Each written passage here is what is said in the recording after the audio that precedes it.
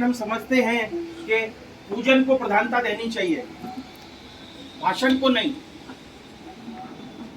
संक्षेप में ये समझ लेते हैं कि आज का दिन बड़ा महान दिन होता है।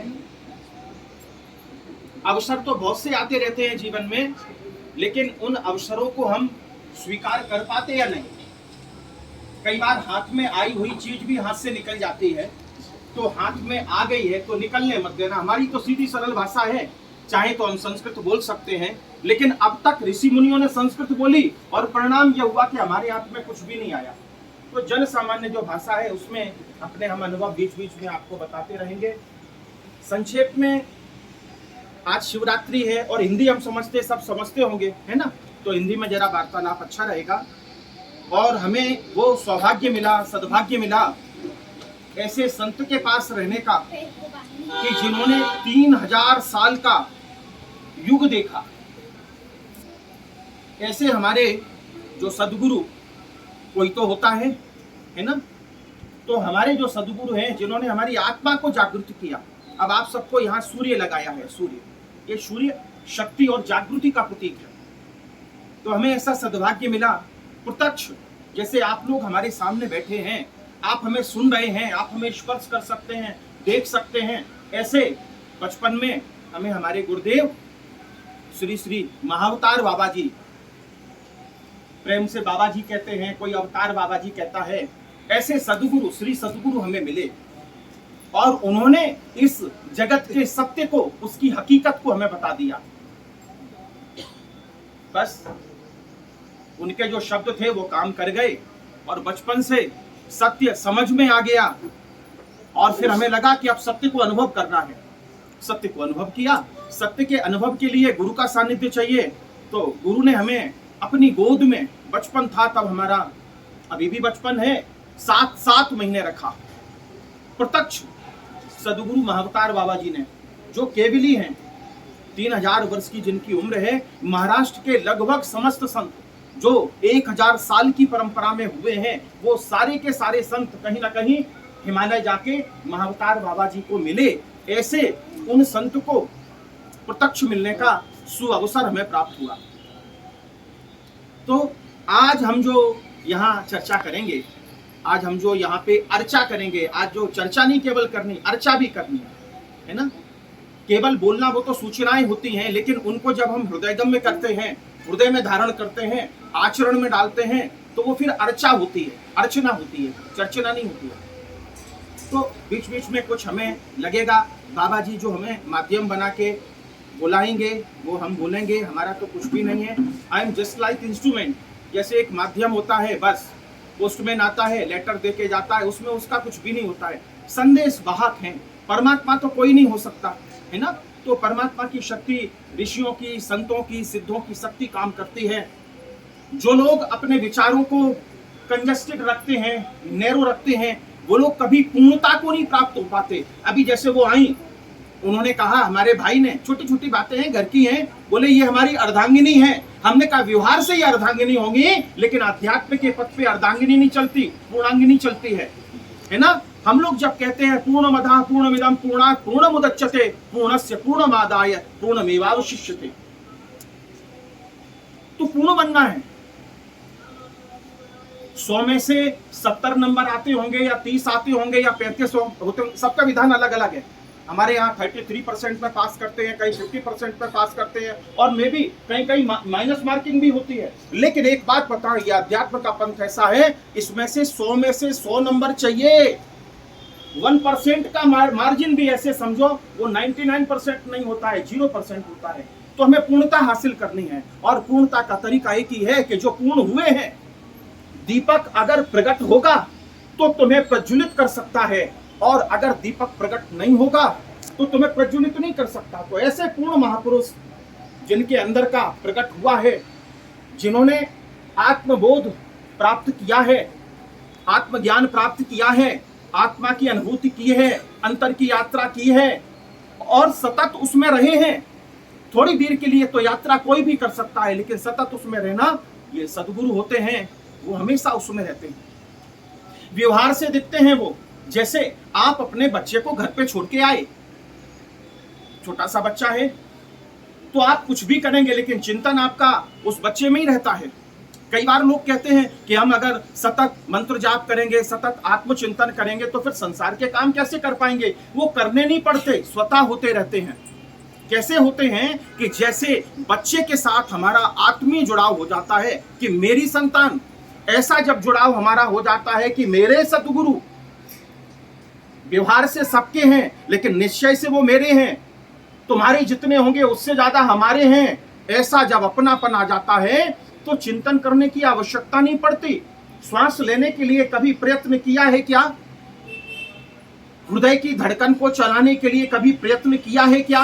रात को कोई ऐसी मशीन लगाते हो कि रात को हम सो जाएंगे तो शायद फिर हृदय की धड़कन ना चले, रात को अगर हम सो जाएंगे तो शायद श्वास की क्रिया न चले। नहीं होता है ऐसा, स्वतः स्वमेव चलती रहती है, सहज चलती रहती है। कबीर कहते हैं साधु सहज समाधि भली। ये जब सहजता की अवस्था आ जाती है, इतना सहज हो जाए, उठते बैठते सोते जागते शरीर रहे या न रहे, क्योंकि अंदर का जो चिंतन है वो देह नहीं करती है, आत्म तत्व करता है। तो जब सतत ये चिंतन चलता रहता है, जैसे श्वासोश्वास चल रहा है, वो पूर्ण अवस्था होती है। और हमारे भारत में ऐसे तमाम संत हुए हैं और होंगे। ये भारत की भूमि कभी भी संतों से रहित नहीं होती। अगर तुम्हारी खोज की यात्रा चल रही है उस तरफ तो निश्चित रूप से वो तुम्हें मिल जाते हैं, हमें मिले और तुम्हें भी मिले हैं। इस समय तो महाअवतार बाबा जी मिले, आपको अपने परिवार से अपनापन है, हमें हमारे सदगुरु से अपनापन है। हम जान दे सकते हैं, किसी भी प्रकार का जीवन में कष्ट सह सकते हैं, लेकिन जीते जी सदगुरु से विछोह सहन नहीं कर सकते। उनकी एक आज्ञा हमारे लिए सर्वोपरि है। गुरु की आज्ञा हमारे लिए मात्र आज्ञा नहीं है, हमारे लिए जैसे काल का बुलावा हो, उसे नकारा नहीं जा सकता, स्वीकारा जा सकता है। वैसे तो गुरुदेव के पास इतने दिन रहे, फिर अचानक एक दिन गुरुजी ने कहा कि बेटा अब जो तुमने प्राप्त किया है वो सबको बांटना है, जाओ। तो हमें तो ये लगा था कि अभी हम यहीं रहेंगे, लेकिन गुरु की आज्ञा, और गुरु ने हमें अपने शब्दों में शुरू में ही कहा था कि आड़ाई धम्मो आड़ाई तब्बो, आज्ञा जो है वही तप है, आज्ञा जो है वही धर्म है, गुरु की आज्ञा। अब हिमालय में बैठे हुए योगी बताओ कौन सा चित्र लगाया है, कौन सी मूर्ति है, कौन सी क्रिया, कौन से फूल, कौन सी धूप बत्ती, कौन सी सुगंधी, कौन से मंत्र, कौन से तंत्र, कौन सा यंत्र, कुछ भी नहीं है वहां। आत्मचिंतन है। ये बाहर का जो भी है वो सब साधन है, साध्य नहीं है। लेकिन धीरे धीरे यात्रा जब हमारी इतनी आगे बढ़ जाती है कि कार में बैठ के जर्नी तो कर रहे हैं, लेकिन लक्ष्य आने के बाद कार से उतर के अपने ग्रह में प्रवेश कर जाते हैं। ये हमारा अंतरतम ग्रह है। फिर जो साधन है उनका मूल्य केवल इतना है कि वो हमारे उपकारी रह जाते हैं। कि अगर साधन ना होते, ये ना होते मंदिर, ना होते मस्जिद, ना होते चर्च और गुरुद्वारा, तो शायद हम धर्म को नहीं पहचान पाते। ना होते ये संत, ना होते अरिहंत, ना होती ये शास्त्र और पुस्तकें, तो शायद हम उस धर्म को ना समझ पाते। तो वो सब हमारे उपकारी हैं। उपकारियों का उपकार मानते हुए जिन्हें ये लगता है जीवन में तमाम प्रकार के दुख आए और दुख के बाद लगा कि नहीं अभी वो ही ठीक है, तो ये तो मार खा के आए हो, फिर कभी प्यार और दुलार मरेगा, फिर रास्ते से भटक जाओगे। लेकिन बिना मार खाए हुए जो इस आत्मा के रास्ते पे, और ये करने से कोई तुम्हारा संसार नहीं उजड़ जाएगा। मेरे मित्र तमाम ऐसे हैं, वो कहते हैं योगीराज जी अगर हम आपकी तरह से हो जाएंगे तो फिर मेरा संसार कैसे चलेगा। अब हमें तो नहीं पता उनका संसार। हमने कहा मेरे सदगुरु मिले, उसके बाद जब 20 साल पहले हम देवलाली में आए, क्षमा करना ये तो सहजता के साथ कहते, ये कोई मेरा प्रलोभन नहीं है, ये सत्य है। 200 देशों की यात्रा तब तक कर ली थी, दुनिया का पूरा वैभव देखा। तुम अपनी संतान को दुखी नहीं देख सकते तो सदगुरु भी कभी तुम्हें दुखी नहीं देख सकते। ऐसा नहीं सोचना कि हम आध्यात्म के रास्ते पे जाएंगे तो फिर हाथ में कटोरा लेना पड़ेगा, ऐसा कभी हो ही नहीं सकता। हाँ, जैसे तुम अपनी संतान से जुड़े हो, अगर वैसे जुड़ जाओगे तो हर तरह से वो तुम्हारा ख्याल रखते हैं। तो अध्यात्म के मार्ग में कोई भी तकलीफ नहीं है, बशर्ते हो अध्यात्म का। लेकिन जब हम संप्रदाय के मार्ग पे चलते हैं, ये हमारी मान्यता, तुमने तिलक लगाया माने तुम मेरे वाले नहीं, तुमने ऐसी माला पहनी माने तुम मेरे वाले नहीं। मेरे और तेरे में से जब व्यक्ति निकल जाता है, संप्रदाय में से निकल के और स्वयं में जब स्थित हो जाता है, तब वो पूर्णता को उपलब्ध हो जाता है। फिर तो यत्र तत्र सर्वत्र उसी परमात्मा के दर्शन होते हैं। फिर तो हाथ में सोना आया तो सोने के अंदर भी मेरा परमात्मा है, और अगर हाथ में विष्ठा आई तो उस विष्ठा के अंदर भी मेरा परमात्मा है। ऐसा वो आत्म तत्व जागृत हो जाता है। और फिर उस ऊर्जा को आप चाहें तो संसार में लगाएं, संसार बड़ी अच्छी तरह से चलेगा। लगाना नहीं, उस ऊर्जा को आप व्यापार में लगाएं, व्यापार बड़ी अच्छी तरह से चलेगा। लगाना नहीं, लगाओ तो थोड़ी बचा के रखना, लेकिन उस ऊर्जा को अगर ऊर्ध्वगामी बनाते हुए और आप आत्मा के क्षेत्र में लगाते हैं तो निश्चित रूप से मेरे मित्रों, हम सच कहें, हमने पूरी दुनिया घूमी, शमशान से लेके और स्वतक की यात्रा हुई है। न जाने लाखों भटकती आत्माएं, उनसे मेरी मुलाकात हुई है जो हमारे बहुत नजदीक के, उन्हें पता है। हम रूम में बैठे हो, हजारों आत्माओं से बात करते हैं और आत्माएं की भी आवाज आती है, मेरी भी आती है, खूब कम्युनिकेशन होता है उनके बीच में। तब वो कहते हैं काश जब शरीर मिला था तब हमने कुछ कर लिया होता। ये बिल्कुल सच है। तो जितना हो सके, हम ये नहीं कहते कि तुम सब कुछ छोड़ के मेरे लिए आओ, लेकिन जब आ ही गए हो यहाँ पे तो फिर सब कुछ छोड़ के मन से, हम ये तो नहीं कहते कि तुम अपना मकान हमें दे दो, हम ये तो नहीं कहते कि तुम्हारे पास जो कुछ है वो हमें दे दो, लेकिन इतना तो कहते हैं कि जो विचार तुम्हारे चल रहे हैं बाहर, वो बाउंड्री के अंदर रख के एक चित्त होके करें। आज की बड़ी महिमा है। अब शिव को अगर कोई व्यक्ति मानता है तो हम समझते हैं कि वो सांप्रदायिक है, लेकिन शिव को जो तत्व मानता है वो कभी सांप्रदायिक नहीं हो सकता। शिव का मतलब होता है जो कल्याण करने वाला है। शिव के कोई माता पिता नहीं है। हमारे माता पिता जैन हैं तो हम जैन हो गए, हमारे माता पिता मुस्लिम हैं तो हम मुस्लिम हो गए, हमारे माता पिता जो हैं वो सरनेम हमें मिल जाता है, लेकिन शिव का कोई सरनेम नहीं है, उनका कोई नाम नहीं है। शिव माने कल्याण करने वाला है। शिव का मतलब होता है जो कल्याण करता है। तो आज शिव का प्रादुर्भाव भी हुआ। शिव माने वो वहां बैठे हुए जो शिव हैं, जिनकी इमेज हमने बनाई है कैलाश पे एक मनुष्य के रूप में, वो शिव नहीं। वो देव हो सकते हैं, लेकिन जो देवाधिदेव हैं वो तो ऊर्जा है जो हमारे अंदर काम करती है, जो तुम्हारे अंदर काम करती है। कॉस्मिक एनर्जी जो पूरे विश्व का संचालन करता है। शास्त्र में लिखा है कि जब ये सृष्टि नहीं थी तब भी वो थे, और जब ये सृष्टि नहीं रहेगी तब भी वो रहेंगे।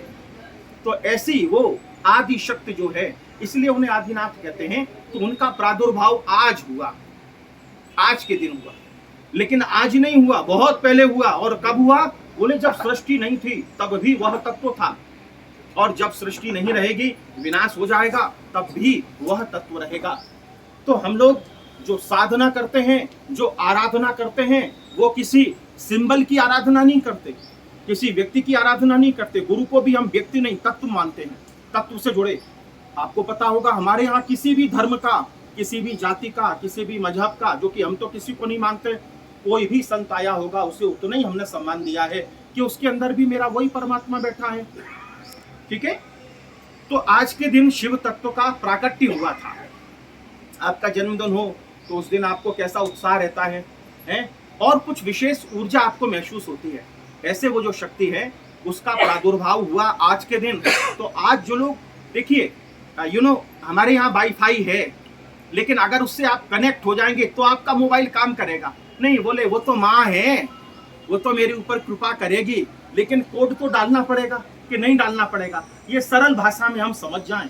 ये नहीं है कि कोई बहुत महान शक्ति इस धरती पे काम कर रही है, वो तो कर रही थी, कर रही है और करेगी, लेकिन अगर उससे आप डिस्कनेक्ट हो गए, कनेक्ट नहीं हो पाए, उसकी ऊर्जा को कभी महसूस नहीं कर पाएंगे आप। तो ऐसे जो विशेष दिन होते हैं, कभी सूर्य ग्रहण हुआ, कभी चंद्र ग्रहण हुआ, उनकी विशेषता होती है, कुछ विशेष होता है। दवाएं खाते हैं, दवाओं में एमजी होता है, एमजी पोटेंसी होती है उनकी। उसी तरह से आज के जो विशेष दिन हैं उन्हें हम 500 और 1000 एमजी नहीं कह सकते, एमजी लगा नहीं सकते, लेकिन सर्वोपरि ऊर्जा जो होती है, जो कोई यंत्र ना माप सके। हमने सुना है जब हम जर्मनी में थे, एक बार कोई बहुत सिद्ध संत, आप कहेंगे किस धर्म के, हमें नहीं पता किस धर्म के थे, क्योंकि जब हम मक्का गए हैं तो वहां की पहाड़ियों में भी हमने मुनियों को, ऋषियों को देखा है, संतों को देखा है। आप कहेंगे किस धर्म के थे, वो 2000 साल से वहां बैठे हुए हैं। और जब हम यरूशलेम गए हैं, वहां की पहाड़ियों में भी हमें संत मिले हैं। पूरे विश्व की यात्रा की, हर जगह हमें संत मिले हैं, सब जगह बैठे हुए हैं। हमें ये लगता है कि भाई तो फिर जब संत इतनी पूरी दुनिया में बैठे हैं तो फिर दुनिया में हाहाकार क्यों? ये तुम लोगों की ये विकृति की वजह से है। मम्मी अच्छे हैं, पापा अच्छे हैं, अब बेटा कुछ गड़बड़ करे तो उसका क्या करना, उसका तो कोई कसूर नहीं है, ठीक है ना। तो जो उस धारा से जुड़ना चाहते हैं, जो उस तत्व और सत्व से जुड़ना चाहते हैं, ऊर्जा से जुड़ना चाहते हैं, ऐसे जो विशेष दिन होते हैं ऊर्जा का प्रवाह बहुत ज्यादा होता है, फ्रिक्वेंसी जो है उनकी बहुत ज्यादा होती है। आप कोई मशीन के नजदीक होते हैं तो आपको ज्यादा पावर महसूस होती है। तो आज के दिन वो विशेष ऊर्जा करुणा करके, ऐसा नहीं है कि मनुष्य करुणा करता, ऊर्जाएं भी करुणा करती हैं, जो सिद्धों की आत्माएं हैं वो भी करुणा करती हैं, जो उस परम तत्व को प्राप्त करके ऐसे लाखों लाखों लाखों जो सिद्ध की आत्माएं हैं जो अभी भी पूरे संसार में विचरण कर रही हैं। तो जब आप कोई मशीन रखते हैं तो वो ऊर्जा वहां पे खिंच के आ जाती है। तो वैसे ही जब हम आज के दिन संत के सानिध्य में, सदगुरु के सानिध्य में कोई आयोजन करते हैं आत्मा को लक्ष्य में रख के, तो निश्चित रूप से सारी आत्माएं वहां पे आ जाती हैं। तो यहाँ पे आप लोगों ने मंदिरों में गए होंगे, शिवलिंग देखा होगा, है ना। शिवलिंग तो हमने सब जगह देखे।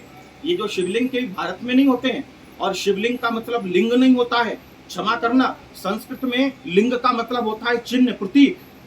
और ये प्रतीक किसी व्यक्ति के किसी भाग का नहीं है। ये जो प्रतीक है ये ऊर्जा, अग्नि प्रज्वलित जब आप करते हैं अग्नि, तो अग्नि की शिखा कैसी होती है। अब लोगों ने अपने अपने विचारों से इसे विकृत कर दिया। शिवलिंग का मतलब होता है, शिव का मतलब होता है कल्याण करने वाला, और लिंग का मतलब संस्कृत में होता है चिन्ह, प्रतीक। ऐसा प्रतीक, क्योंकि आप हर चीज को आंखों से देखना चाहते हैं, आप हर शब्द को कानों से सुनना चाहते हैं, आप हर व्यवहार को अपनी देह से समझना चाहते हैं। तब करुणा करके उन्होंने एक आकृति का रूप लिया। और वो आकृति कैसी है? जैसे जल की एक बूंद गिरी ऊपर से नीचे, तो आकृति कैसी होती है? और नीचे से कोई जब ऊर्जा ऊपर की तरफ उठती है तो उसकी भी आकृति कुछ इस तरह की होती है। दुनिया के तमाम देशों में जहां जहां हम गए, अफ्रीका के तमाम देशों में यही शिवलिंग दिखे, मक्का में भी यही शिवलिंग है, दुनिया की हर जगह। तो शिवलिंग का मतलब कोई जाति विशेष और धर्म विशेष का कोई सिंबल नहीं है। शिवलिंग का मतलब है एक ऊर्जा का ऐसा केंद्र।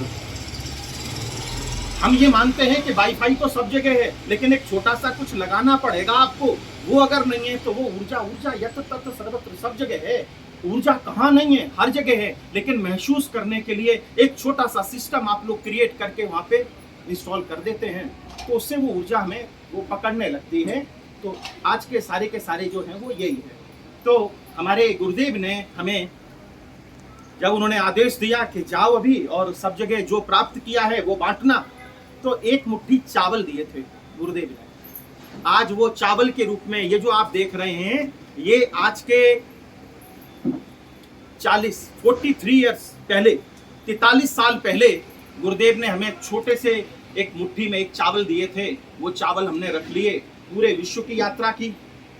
और उसके बाद जब हम देवलाली आए आज के 18 साल पहले, अच्छी लगी ये देवलाली। अब हम तो यहाँ से 1,500-2 हजार किलोमीटर दूर पैदा हुए, विश्व की परिक्रमा की, और उसके बाद घर छोड़ने के बाद सीधे यहीं पहुंचे। तो ये जरूर इस भूमि का कुछ तो प्रताप है।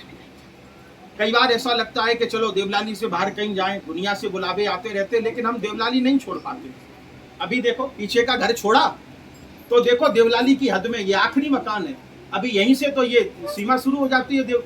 तो कुछ तो प्रभाव है, ये जो भूमि है वो हमें पकड़ के रखती है, ऊर्जा है इसकी। और ऊर्जा की हम आराधना करते हैं तो आराधना करने से वो तत्व हमें पकड़ के रखता है। आराधना का मतलब होता है स्वीकार करना। आपने संबंधों को स्वीकार किया है, इसीलिए तो आज तुम्हारे पास है। तुम्हारे पति, तुम्हारी पत्नी, तुम्हारे बच्चे, तुम्हारे परिवारी तुम्हारे पास क्यों है? कि तुमने उन्हें स्वीकार किया है। हमने हमारे सदगुरु को स्वीकार किया है। वो आते और जाते नहीं है, हमेशा के लिए मेरे पास है। तो अनुभूति तुम्हें कब होगी? जब उनसे तुम संबंध महसूस करोगे। उनके बिना तुम रह नहीं पाओगे, रोओगे उनके लिए, तड़पोगे उनके लिए, तो तुम उनकी अनुभूति कर सकते हो। ऐसा हमने किया। तो यहाँ आए, गुरुदेव ने चावल दिए और ये कहा कि ये चावल रखना अपने पास। छोटा सा कपड़ा था उसमें बांध लिए, बोले कभी खोलना नहीं। तो पूरे विश्व की परिक्रमा की, और वो चावल जब लगता था कपड़ा थोड़ा हमारा कमजोर हो रहा है तो दूसरा कपड़ा उसमें बांध लेते थे। जब हम यहाँ आए हैं तो चावल इतने थे और उसके ऊपर इतनी बड़ी पोटली हो गई थी क्योंकि उसके ऊपर कपड़े बांधते रहे। लेकिन आज्ञा ये धर्म है और मस्तिष्क का प्रयोग नहीं होता। जो मस्तिष्क से जीते हैं वो संसार की मार्ग की तरफ जाते हैं, जो हृदय से जीते हैं वो अंतर की यात्रा करते हैं और आत्मा की मार्ग की तरफ जाते हैं। मेरे गुरु ने कहा था आज्ञा ये धर्म है। हम हिंदू नहीं है, मुस्लिम नहीं है, जैन नहीं है, हिंदुस्तानी नहीं है, कुछ भी नहीं है। हम तो एक शुद्ध आत्मा है और मेरे गुरु वो मेरे परमात्मा हैं और उनकी जो आज्ञा है वही मेरा धर्म है। हमने कोई धर्म का अब पासपोर्ट है इसलिए उसमें सरनेम तो लिखना पड़ता है, लेकिन मेरा सरनेम कुछ भी नहीं है। मेरा सरनेम एक ही है कि हम शुद्धात्मा थे, हैं और रहेंगे। तो वो परम तत्व हमारे साथ रहता है क्योंकि हम उनकी आज्ञा में हैं। आप फॉलो करेंगे तब तक रहेंगे और फॉलो नहीं किया तो आप क्या करेंगे, दूर हो जाएंगे उनसे। तो जीवन पर्यंत जैसे दूध में पानी मिल जाता है, ऊर्जा तेज में मिल जाती है, ऐसे हमारे सदगुरु का मिलन है हमारा, हम उनसे कभी अलग नहीं है। तो जब हम यहाँ आए तो हमने गुरुदेव से पूछा, हमने कहा गुरुदेव यही हमारे महावतार बाबा जी। तो हमने कहा गुरु जी हम क्या करें, ये जो पोटली है दूसरा दिन होगा शायद, यहाँ आज गृह प्रवेश किया तो दूसरा दिन था, 18 साल पहले की बात है। तो गुरुदेव ने कहा इसे खोलो। तो हमने खोला उसे, तो खोला तो चावल थे, खराब नहीं हुए, फिर हमने रख दिए। दूसरे दिन चावल काले कलर के हो गए। तो गुरुदेव से हमने पूछा, हमने कहा गुरुजी कोई गलती हो गई हमसे, ये चावल काले हो गए। इतने सालों में ये सफेद थे जैसे दिए वैसे, जस की तस्वर के दीनी चदरिया, लेकिन आज ये काले हो गए। गुरुदेव ने कहा नहीं ये तुम्हारा विषय नहीं है बस। और फिर हम रोज देखते रहे। एक दिन तो छोटा सा चावल डबल हो गया और बड़े हो गए। आप सबको पता है ये वही है। और ये तो थोड़े से हैं, उधर घर से लेके आए, बहुत है बहुत है। ये छोटे बड़े आकृति में अपने आप को है। श्रद्धा है ना, वहां प्रमाण की आवश्यकता नहीं पड़ती। किस पुराण पे वेद व्यास के हस्ताक्षर हैं, किस रामायण पे वाल्मीकि के हस्ताक्षर हैं, किस कुरान पे पैगंबर के हस्ताक्षर है, कि जीसस के किसी बाइबल पे हो तो बताना। प्रमाण जहां होता है वहां पे आराधना और अपने आप से नहीं जोड़ पाते। विश्वास है ये, इसे फेथ नहीं कहेंगे, विश्वास कि बस ये ऐसा है तो ठीक है। हम जब गणित पढ़ते थे, मैथमेटिक्स, तो कुछ भी सॉल्व करने के लिए मान लेते थे कि ये के बराबर ये ऐसे समथिंग, और देन फिर उसका जो आंसर आता था वो वही आता था जो हमने माना था और वही मान्यता फिर जानने में आ जाती है। जान के नहीं माना, मान के जाना, ठीक है। तो ऐसे अगर श्रद्धा है तो जैसे हम आनंद में हैं, कोई तकलीफ नहीं, कोई बीमारी नहीं, कुछ नहीं। हमारी सोसाइटी में भी हम आराधना करते थे तो हमें नहीं लगता कोई बीमार नहीं हो। इतनी बीमारी 2 साल से चली, लेकिन रोज हवन अपना रहता था, हवन करते थे। हवन तो वैज्ञानिक है ना, बहुत वैज्ञानिक, परम वैज्ञानिक है, औषधियों के साथ करते थे। जब सब अच्छा था, मस्त रहना, जो हुआ वो अच्छा हुआ। अब अच्छे की परिभाषा तुम नहीं समझ पाओगे, आत्मा की दृष्टि से कह रहे हैं। अपने नरसिंह मेहता बैठे हुए थे, समाचार आया पत्नी गुजर गई, तो वो क्या बोले, कोई है गुजराती इधर, क्या बोले, भलो थयो भांगी जंजाल।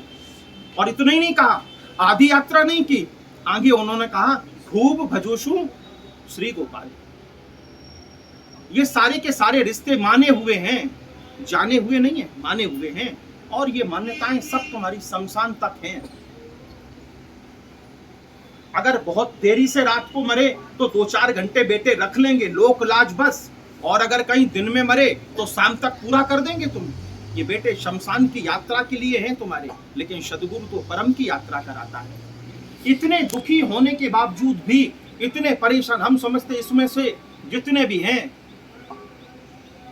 वो सब अपनों से रोए हैं, अपनों से परेशान हैं।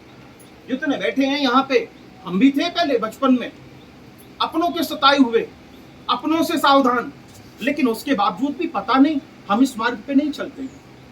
लेकिन जो व्यक्ति एक बार चल के देखना, हम सच कहते हैं, जीवन संवर जाएगा, सुधर जाएगा। तो मेरे गुरुदेव के जो शिवलिंग हैं, इन्हें हमने एक दिन गुरुजी से पूछा कि गुरुजी ये शिवलिंग हैं, तो गुरुजी ने हमसे कहा कि बेटा जैसे मानो वैसा है, जैसा भाव वैसा रूप। लेकिन बेटा ये आत्मलिंग है। और एक दिन गुरुजी ने हमें मंत्र भी दिया, यही हमारे सदगुरु ने। कौन सा दिया, याद है? ओम आत्मलिंगाय विद्महे महावताराय धीमहि तन्नो सिद्धः प्रचोदयात्। तो बोले ये इनका है। और ऐसा नहीं, ये जो हैं ये और भी जगह हैं। हमने विश्व में कई जगह ऐसे दर्शन किए हैं, गुरु जी ने दिए। अब दूसरी कोई संतों ने दिए होंगे। तो ये कुछ ऐसे हैं जो अभी नहीं कहा जा सकता क्या है, वो जितना अनुभव आया उसमें से जो छलका वो आप तक पहुंचाया, ठीक है ना। तो अभी कोई दिक्कत नहीं ना, थोड़ा धूप आ जाए तो थोड़ा अंदर की तरफ आ जाना, क्योंकि बॉडी कॉन्शियसनेस है ना। अभी तो सोल कॉन्शियसनेस में हम लोग नहीं गए, इसलिए शरीर को जरा भी कुछ होता है तो ऐसे ऐसे ऐसे ऐसे होने लगता है ना। जो कि सबसे ज्यादा हम केयर जिसकी करते हैं, शमशान में सबसे पहले वही जलता है। और सच कहे ना, सबसे ज्यादा जिसे हम अपना मानते हैं सबसे पहले भी वही छूटता है। जानते सब हैं लेकिन मानते नहीं, उसका नाम है इंसान। जानेगा सब लेकिन मानेगा नहीं, ठीक है ना। तो आज हम फिलहाल इतना मान लेते हैं कि आज शिवरात्रि का दिन है और भूख लगे उससे पहले अपना काम कर लेते हैं, है ना। Be practical. तो अपने पूजन करेंगे। तो पूजन कैसे करना, तो बोले गुरुजी जैसे तुम कराओगे वैसे करना। अरे कितनी चिंता मिट गई तुम्हारी। तुम्हारे पिताजी तुम्हारे घर पे बैठे हैं, पैरालिसिस हो, कुछ ना करते हो, लेकिन एक बात है, तुम कहते हो कि जब तक मेरे पिताजी है ना तब तक दुनिया मेरी है। तो ऐसे हैं, वो बड़ील होते हैं ना, बुजुर्ग अपने होते हैं। तो वैसे सदगुरु भी अपने होते हैं। बुजुर्ग जो होते हैं, माता पिता जो होते हैं, वो हर जन्म में बदलते हैं, लेकिन सदगुरु किसी जन्म में नहीं बदलते। मेरे सदगुरु यही पिछले जन्म में थे, उससे पहले भी यही थे। कभी संतों का जीवन वृत्तांत पढ़ना, और जब संतों का गुरु के साथ मिलन होता है तब गुरु कहते हैं अरे 500 साल से इंतजार कर रहे थे। तब लगता है कि अरे, बोले 50 साल से बैठे हैं, तो लगता है कि अरे ऐसे। एक छोटी सी घटना बताते हैं, शायद आपको याद हो।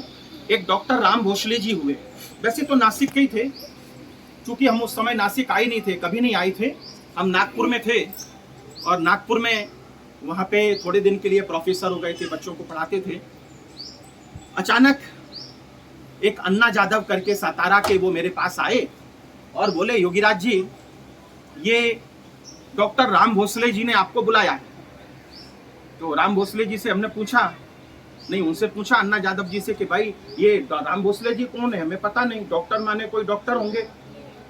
तो उन्होंने कहा अभी उन्होंने ये 2 टिकट भेजे, एक तुम्हारा और हमारा, और बुलाया है।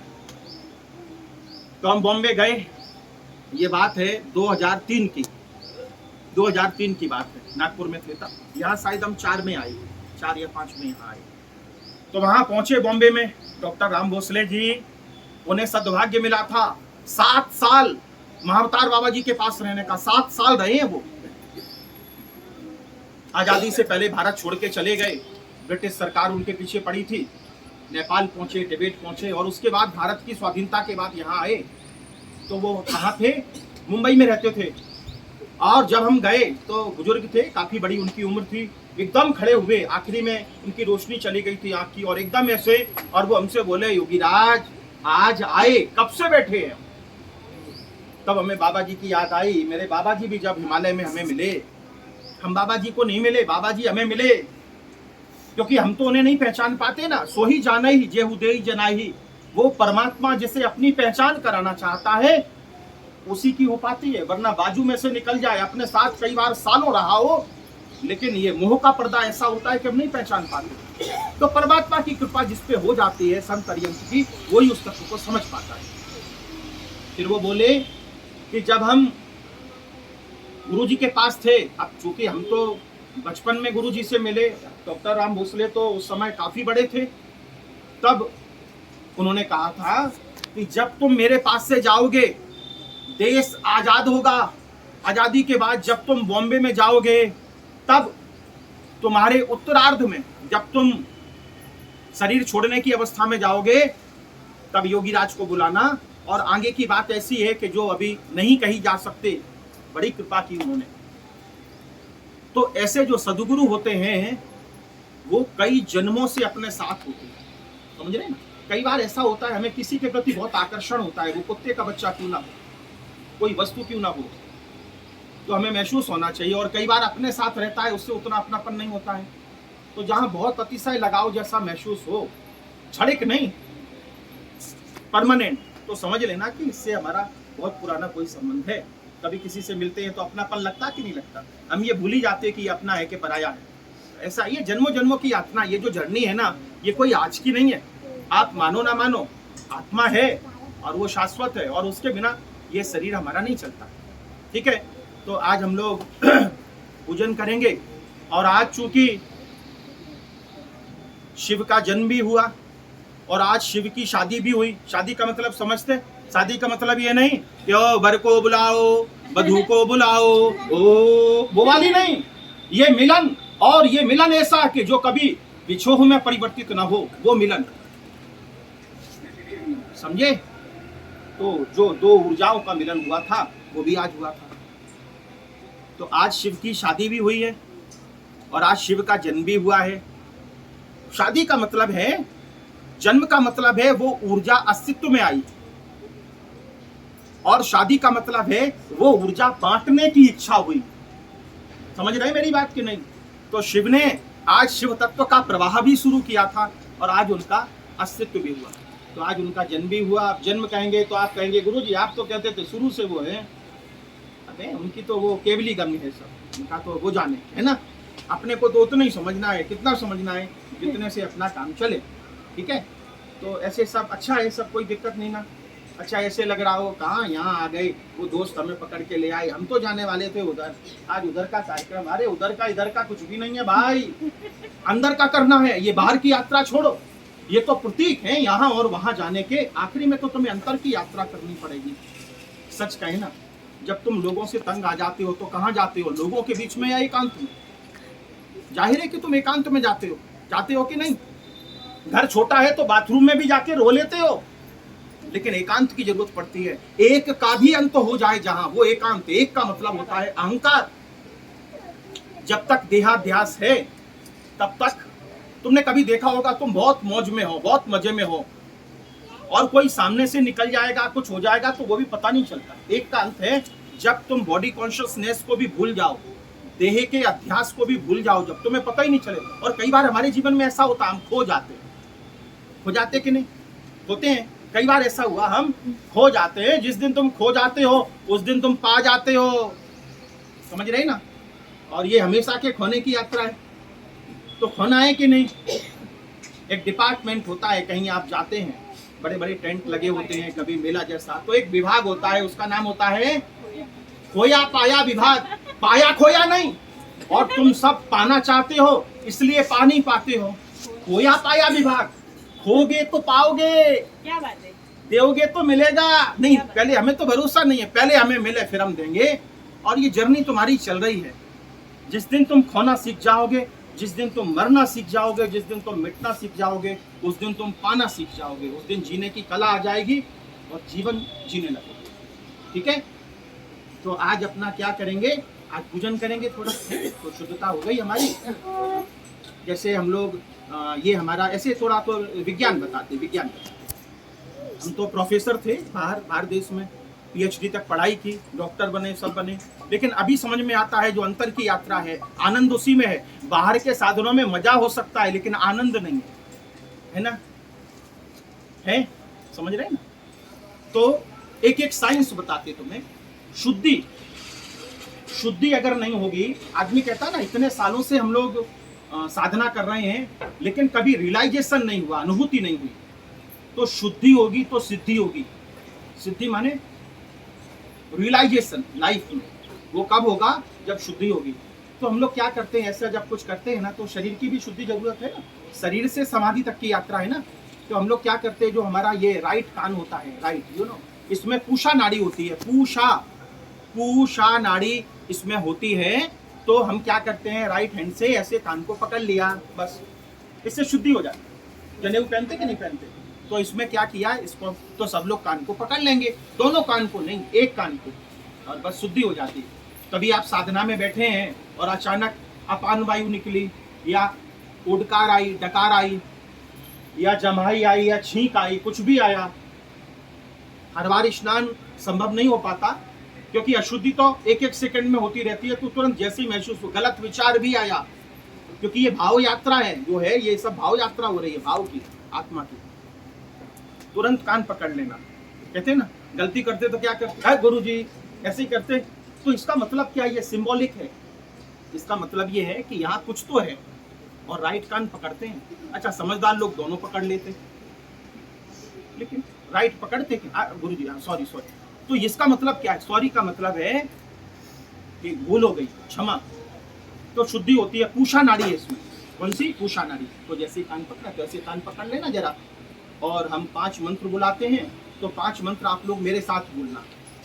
तो जो पंच तत्व होते हैं हमारे, उनके पंच जो प्राण होते हैं उनके हैं 5 बार, और उसके बाद फिर अपने शुरू करेंगे। अभी 11:15 होने जा रहे हैं, तो 1-1.5 घंटे में अपना पूजन कर लेंगे, ठीक है ना, और फिर अपने खाना पीना खाएंगे। ऐसा है, गुरु का सानिध्य मिला ना, तो बस ये क्रियाएं तो तुम्हें आकर्षित करने के लिए बुलाई हैं। एक अवस्था ऐसी भी आएगी कि उस अवस्था को तुम पहुंच जाओगे, तो फिर किसी की जरूरत नहीं रहेगी। ये सब साधन है, साध्य नहीं है, लेकिन अभी तुम्हें साधन की जरूरत पड़ती है ना। बोले उधर गई तो क्या होगा, जब कुछ भी ना हो, होने का मजा तो तब है जब खोने में पाना है, तो फिर पाने में कुछ भी नहीं है। लेकिन अपने को लगता है होगा क्या वहां, बड़े मंदिर, बड़ी लाइन, धक्का मुक्की, और उधर गए नहीं कि देखा नहीं, उससे पहले वहां बड़ा आनंद आता है, क्योंकि आंखों को आदत हो गई है धक्का खाने की। जन्मों जन्म से धक्के खाए ना, लेकिन अब धक्का नहीं खाना है। जब तक तुम बाहर की यात्रा करोगे धक्के मिलते रहेंगे, लेकिन जब अंतर की यात्रा करोगे वहां कोई धक्का मारने वाला है ही नहीं। तुम अकेले हो, तो अकेले में कौन तुम्हें धक्का मारेगा, आनंद ही आनंद है फिर, है ना। तो ऐसे हम बोलेंगे, आप भी बोलना, करना कुछ भी नहीं है। ओम प्राणाय नमः, ओम प्राणाय नमः, ओम अपानाय नमः, ओम अपानाय नमः, ओम व्यानाय नमः, ओम व्यानाय नमः, ओम उदानाय नमः, ओम उदानाय नमः, ओम समानाय नमः, ओम समानाय नमः। संतुलन हो गया पंच तत्वों का। ये 5 प्राण, अपान, उदान, समान, व्यान, ये 5 प्राण हैं हमारे। इनसे शरीर का संतुलन हो जाता है। कभी बोलना, कभी आप बहुत बेचैन हो ना, कुछ हो रहा हो, क्या हो रहा हो बोले पता नहीं, तब ओम प्राणाय नमः, ओम अपानाय नमः, ओम व्यानाय नमः, ओम उदानाय नमः, ओम समानाय। समान सबसे बाद में बोलते हैं। समान वायु होती है जो शरीर में सर्वत्र होती है। प्राणवायु तुम्हारे प्राण को स्थिर करता है।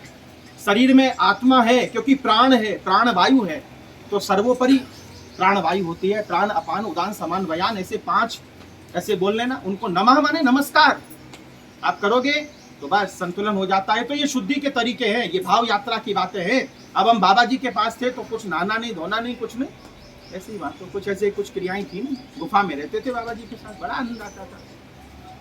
ठीक है, तो अभी अपना पूजन शुरू करेंगे। अच्छा, बोलना नहीं कोई, अब अभी भी मोबाइल जरा स्विच ऑफ नहीं हो तो कर देना। ये तो हम तुम्हें प्रैक्टिस करा रहे हैं स्विच ऑफ करने की, समझ रहे कि नहीं। ये तो एक क्या कहते हैं, टेलर कहते, टेलर कहते, क्या ट्रेलर, टेलर नहीं ना, टेलर तो दर्जी होता है। जो भी समझो, क्या लेना देना भाषाओं से। भाषा तो अभिव्यक्ति का माध्यम मात्र है, शुद्धि हो कि अशुद्धि हो, उनसे कुछ लेना देना नहीं। हम इशारे से भी अपनी बात तुमसे कर सकते हैं, है ना। तो भाषाओं से कभी झगड़ना नहीं। अपनी भाषा की यात्रा नहीं है, भाव की यात्रा है। बोले मराठी बोले तो हमारे, गुजराती बोले तो हमारे, मारवाड़ी बोले तो हमारे, इंग्लिश बोले तो हमारे। अरे तुम्हारा कोई है ही नहीं, जब तुम तुम्हारे नहीं हुए तो कोई तुम्हारा क्यों होने लगा।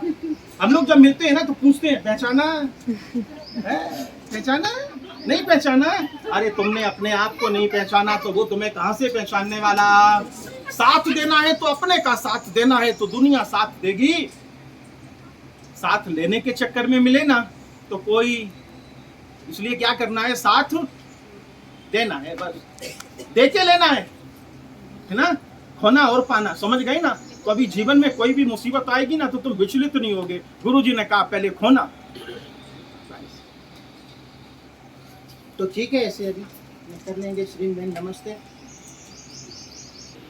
आज के लगभग 3000 साल पहले पार्श्वनाथ भगवान के समय में पार्श्वनाथ भगवान के पास बैठ के उन्हें केवल ज्ञान हुआ था, और वो अभी भी करुणा करके अभी भी सशरीर हैं। किसी को शंका हो तो गूगल में सर्च कर लेना, गूगल बाबा से पूछना महाअवतार बाबा जी, तो तुरंत आएगा उसमें। अब उसमें कहीं 1800 साल लिखा, कहीं क्या लेना देना उम्र से, है ना। अपने को तो ज्ञान चाहिए, लेकिन मोर देन 3000 ईयर्स अभी भी वो हैं उसी शरीर से। और ऐसे जैसे आप हैं, 13 फीट की हाइट है उनकी। बाबा जी जब खड़े होते थे ना तो उनके बाल हम समझते करीब 25 फीट के होंगे, ऐसे ऐसे ऐसे ऐसे वाली वाल दिखाई देते ना। ऐसे बहुत बार हुआ, बहुत बार कंधे पे बिठाया, छोटे से थे, फिर ले जाते थे चलो नहाने के लिए, फिर उनके कंधे पे बैठ गए हम, क्योंकि पहाड़ था ना उधर, नीचे नदी बहती थी। एक दिन बाबा जी बोले हमें रात के कितने बजे पता नहीं, क्योंकि घड़ी तो अभी भी नहीं है मेरे हाथ में, ठीक है ना। एक गुजराती में जैसे हम लोग घड़ी देखते हैं ना, घड़ी, तो गुजराती में एक कहावत है कि घड़ी घड़ी घड़ियाल ने सूझो छो, जे घड़ी साथे तमारो संबंध जोड़ावेलो छे, आ घड़ियाल में नहीं। ट्रांसलेशन है, ट्रांसलेशन चाहिए ना। वो कहते हैं घड़ी घड़ी, एक घड़ी दो घड़ी, ऐसे कहते हैं ना। घड़ी का मतलब ये भी घड़ी, और घड़ी का मतलब सेकंड, कि घड़ी घड़ी माने बार बार। ये घड़ी को क्या देख रहे हो, जिस घड़ी के साथ तुम्हारा संबंध जुड़ा हुआ है वो घड़ी इस घड़ी में नहीं है। अच्छा, समझ में आया कि नहीं? तो हमने तो ये छोड़ी थी। टाइम तो अभी कोई अपने सब इंडियन वाले है ना, इंडियन टाइम वाले, तो हमने फिर घड़ी निकाली थी। हमने कहा फिर आर्थ ध्यान रौद्र ध्यान हो घड़ी बात के, तो अभी अपन लोग सब करेंगे ऐसे ही। तो बड़े सौभाग्यशाली हो तुम। और स्पर्श नहीं करना, ठीक है। अच्छा, दूसरी चीज, सब पे जल का अभिषेक नहीं करना, किसी एक पे भी किया तो चलेगा। ऐसे अभिषेक बहुत तरह का है, आज 10 तरह का अभिषेक होता है भगवान का। अच्छा, फिर ये दूध वगैरह क्यों चढ़ाते? तो फिर क्या किया, ये जो शिव शक्ति है, शिव जो है ना, शिव तत्व है, उस तत्व ने उस समय करुणा की जब मनुष्य का रूप धारण किया। वही शिव शक्ति ने शंकर का रूप धारण किया। कब? जब विष मंथन हो रहा था, समुद्र मंथन। तो जब विष निकला तो देवताओं ने कहा कि ये विष कौन पिएगा, जो नोट चलता नहीं है वो गुरुजी को दे दो। नहीं, एक दिन हमें वो पुराना वाला, कितने साल पुराना, नहीं वो बंद हो गए वो वाले 2 नोट हमें देके गए थे एक भगवान, फिर हमने रख ली, हमने कहा कलेक्शन के काम आ जाएंगे। तो अभी विष निकला, उसमें से लक्ष्मी जी निकली, तो वेलकम। विष का किसी ने वेलकम नहीं किया। सारे देवी देवता बोलने लगे कि प्रभु, बोले क्या बात है, पी लिया? उन्होंने कहा कोई बात नहीं, भोले भंडारी, भोला है उसी का भंडार होगा। तो पी गई। अब जब पी लिया तो बहुत जलन होने लगी, बहुत जलन हुई। तो सारे के सारे देवताओं ने कहा कि अब क्या करना, बहुत जलन हो रही है। तो फिर सर्वसम्मति से ये तय किया गया कि अगर कच्चा दूध गाय का अगर इन्हें पिलाया जाए, आपके शरीर में कोई भी विष हो, सारी चीजें वैज्ञानिक हैं, धर्म वैज्ञानिक है, आप गाय का दूध पीना, कच्चा, गर्म नहीं। और वैसे भी कच्चा दूध पीना शुरू करो। तो गाय का दूध उन्हें पिलाया गया। तो उससे क्या हुआ, विष कंठ में रहा लेकिन कंठ से नीचे नहीं गया। नहीं तो शहर जो विष था वो पूरे शरीर में फैलने वाला था। कभी विष आपके शरीर में जाए और फैले, उससे पहले अगर आपको कच्चा दूध पिला दिया जाए तो विष वहीं पे रुक जाता है। आगे की फिर कहानी आगे की है, लेकिन फिर कंठ से नीचे नहीं गया। तो इसलिए वो एक प्रतीक के तौर पे उनको याद करते हैं। तो हम लोग क्या करते हैं, ऐसी ठंडी ठंडी चीजें चढ़ाते हैं। हम चावल भी चढ़ाते हैं ना, चावल चढ़ाते हैं ना, शिव को चावल चढ़ाते हैं। अब देखो जो ग्रुप में है हमारे, तो ग्रुप में हम कई दिन से डाल रहे हैं, आपकी जो इच्छा हो वो चीज़ चढ़ाओ। तो कौन सी इच्छा किस चीज़ से संबंधित होती है, क्योंकि आप लोग यहाँ अपेक्षाएं लेके आते हैं ना, तो वो सब हमने दिया था। तो सारी चीज़ें यहाँ रखी हैं। अब किसी के हिस्से में जल आएगा, किसी के हिस्से में केसर आएगी, किसी के हिस्से में दही आएगा, किसी के हिस्से में दूध आएगा, लेकिन आप सब अपना एक परिवार मानते हो तो आपस में बांट लेना फिर, है ना। तो ऐसे नहीं कि बोले गुरुजी 10 बार हमें आना पड़ेगा, नहीं, यहाँ 2 बार आना है। पहली बार आना है आपको अभिषेक करने के लिए, नाच नाच के मस्त होके करना। कोई देख रहा है हमें तो क्या हुआ, वो देखने वाला सबको देख रहा है। शादी में नाचे थे कभी? नहीं नाचे थे। अच्छा, हम तो नाचे थे, शादी में नहीं। हम तो शादी में भी नाचते और बर्बादी में भी नाचते। नाचने से मतलब हम तो पेशेवर आदमी हैं, नाचने का मौका मिले और नाचने लगते। तो खूब मन में प्रफुल्लित होके, भले बाहर से ऐसे ऐसे नहीं करना तो कोई बात नहीं, लेकिन अंदर से प्रफुल्लित रहना। रोई रोई जैसे अगर इधर आए संतों के पास तो क्या मतलब, जरा हंस लेना, इधर आके थोड़ा हंस लेना, मुस्कुरा लेना, जरा नाच लेना, क्या हुआ। और तुम लोगों ने छोड़ा किसको है? कोई सजा तो नहीं कर दोगे अगर हम नाचेंगे, क्योंकि तुम तो बिना कारण के सजा देने वाले हो। कुछ नहीं किया तो भी अपराध है मेरा। बोले क्या अपराध? बोले तुमने कुछ किया ही नहीं, कर दिया तो कसूर है, न किया तो कसूर है। तो करके कसूर वाले बनेंगे तो चलेगा। तो थोड़ा सा नाच लेना और इधर अभिषेक करेंगे, बातें नहीं करना, मोबाइल स्विच ऑफ रखना। तो एक बार अभिषेक करेंगे और दूसरी बार फिर हम यहाँ पे बिल्वी पत्र वगैरह चढ़ाएंगे ना, पूजन करेंगे, तब बुलाएंगे, तब भी स्पर्श नहीं करना, शिवलिंग का स्पर्श नहीं करना। बाद में एक शिवलिंग हम सबको देंगे, है ना, 1 या 2 देंगे, तो आप उनका स्पर्श करना और कहना बाबा जी जैसे आज मेरे हाथों में ये तुम्हारा प्रतीकात्मक शिवलिंग है जो तुमने दिया था इनको, प्रभु मेरे हाथों में तो तुम नहीं आना, लेकिन एक दिन तुम्हारे हाथों में हम आ जाएं। ऐसा करना, ऐसी भावना उनसे व्यक्त करोगे तो असंभव जैसा कुछ भी नहीं, इम्पॉसिबल। इसे क्या करना? इम्पॉसिबल इंग्लिश में आई एम पॉसिबल, ठीक है ना।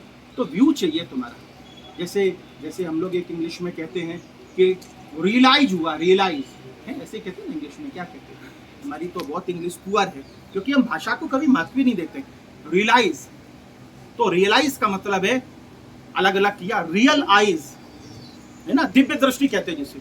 तो रियल आइज मिलेगी तो रियलाइज करोगे, बाकी तो रियलाइज जैसा यहाँ कुछ है ही नहीं, है ना।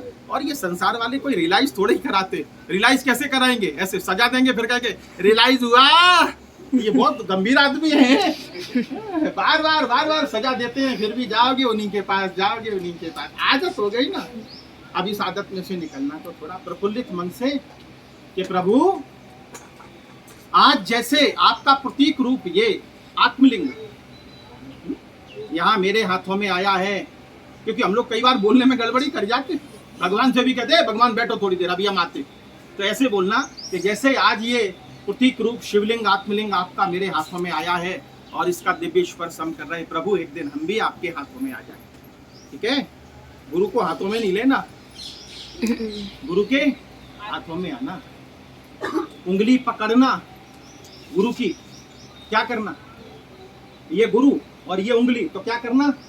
पकड़ना नहीं, धक्का लगा छूट जाओगी। गुरु से कहना गुरु तुम ही मेरी उंगली पकड़ो, तो नहीं छूटेगी। दोनों में अंतर बहुत है, जमीन आसमान का अंतर है, ठीक है। ऊपर से जब देखते हो तो नीचे भी आसमान दिखाई देता है। हाँ, हम तो हवाई जहाज में से देखते तो नीचे भी ब्लू कलर का दिखाई देता है सब, और नीचे से देखते हो तो ऊपर भी आसमान दिखाई देता है। लेकिन ऊपर से देखने के बाद नीचे धरती कही जाती है, और नीचे से जो देखा जाता है वो आसमान कहा जाता है। तो कहने में भी जरा अंतर है। तो हे गुरुदेव क्या करना, हमारा हाथ तुम पकड़ लेना, है ना, ऐसा है। और हम लोग क्या करते हैं, किसी का हाथ पकड़ते हैं, फिर एक का पकड़ा फिर दूसरा, पूछते हैं बहुत लोगों को, बोले सेकंड मैरिज, थर्ड मैरिज, यही हाल होता रहता है। क्योंकि हमने क्या किया, हाथ पकड़ा और छोड़ा, लेकिन एक दिन तुम पकड़ा दोगे ना, फिर छोड़ने का सवाल ही नहीं, क्योंकि वो छूटेगा ही नहीं, ठीक है। तो अपने एक कैसे आएंगे और थोड़ा अपने बताना कैसे करेंगे। आपके नाम में रखा, भूल गए तो तुम कहोगे गुरुजी 10 की गिनती नहीं की, पर दूसरा कुछ गड़बड़ डाल देंगे उसमें। पता तो सब है, लेकिन थोड़ा हमें फेल भी रहने दो किसी जगह, बड़ा आनंद आता है। जिससे फेल होना है ना, वो स्टूडेंट देखना पूरे दिन क्रिकेट खेलेगा, और जिससे पास होना है ना उसकी तो हालत बहुत खराब हो जाती है। तो अच्छा, तो फेल होने में जो मजा है ना, छोड़ने में जो मजा है ना, कभी ऐसा मजा है, अरे सुनने में ये मजा है तो जीने में क्या मजा होगा। अच्छा तुम्हारे पास कुछ नहीं है तो दरवाजा बंद करोगे, हम तो 2 लोग लगाते, तुम्हें लगाने की जरूरत नहीं पड़ेगी। देखना बड़ा आनंद आता है इसमें। नहीं, लता जी का इंटरव्यू सुना था, वो कह रही थी अब दोबारा नहीं बनना, मत बनना है, जो बने हो वो छोड़ देना, बनना ही नहीं ना अपना, बनना फिर बनाना किसी को, ओरिजिनल है वो रहने देना।